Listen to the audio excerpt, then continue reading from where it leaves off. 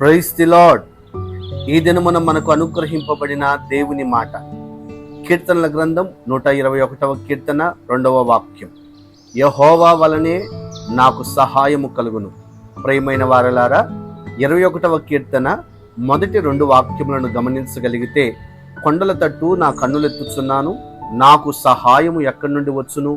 యెహోవా వలనే నాకు సహాయము కలుగును. ఆయన భూమి ఆకాశములను సృజించినవాడు. మనం ఆరాధన చేసే మన దేవుడు సృష్టికర్త.